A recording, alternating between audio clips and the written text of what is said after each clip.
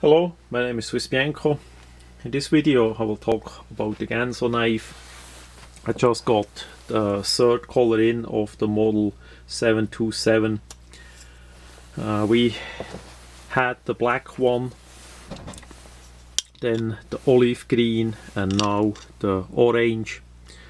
After reprofiling the edge of the knife to about double the angle as it was from the factory, that blade did really cut absolute well into wood and similar materials for bushcraft.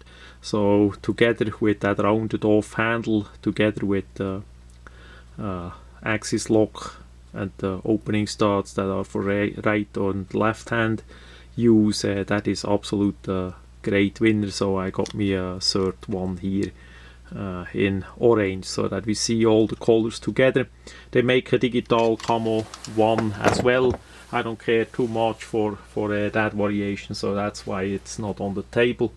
Sublead, it is of course in the regular ganzo box, and the lanyard I added myself. It's a simple paracord that you can pull out as the knife is in the pocket. That's just a simple way to get more handle on it, because the distance from the pocket clip to the end of the handle is already on the short side there.